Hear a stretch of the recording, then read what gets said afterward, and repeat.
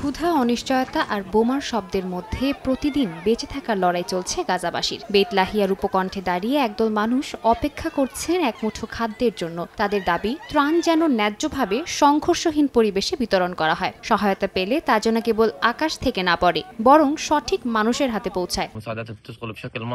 সাহায্য যৌক্তিকভাবে প্রবেশ করা উচিত। যখন সাহায্য আকাশপথে ফেলা হয় তখন তা আঘাত এবং ক্ষতির কারণ হয়। তারা রাস্তায় গণহত্যা ঘটায়। আমরা সকালে ঘুম থেকে উঠে সাহায্য পেতে চাই। আমাদের তা বৈধ উপায়ে কোনো প্রতিষ্ঠান, কোনো এনজিও, UNRWA থেকে পেতে হবে।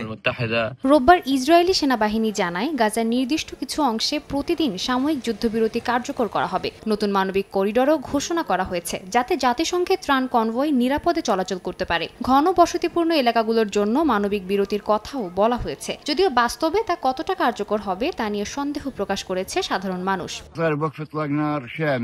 আমি সবার জন্য পূর্ণাঙ্গ যুদ্ধবিরতি দাবি করছি, যাতে আমরা ধ্বংসের পর বেঁচে থাকতে পারি। আমার বাড়ি চলে গেছে, আমার ছেলেরা শহীদ হয়েছে, আমার জীবিকা চলে গেছে। আমি যুদ্ধবিরতি চাই, দ্রুত যুদ্ধবিরতি চাই।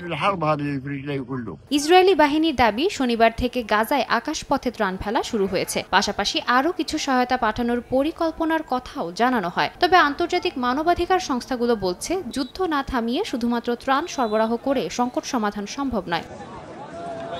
এদিকে মিশরের রাষ্ট্রীয় টেলিভিশন আল কাহেরা নিউজ জানায়, রাফা সীমান্ত দিয়ে ত্রাণবাহী কিছু ট্রাক গাজার দিকে অগ্রসর হচ্ছে, কিন্তু চলমান অবরোধ আর নিরাপত্তা শঙ্কায় সরবরাহ প্রক্রিয়া এখনও ধীর। গাজার মানুষ এখন শুধুই খাবার নয়, স্থায়ী শান্তি ও মর্যাদাপূর্ণ জীবনের অপেক্ষায়।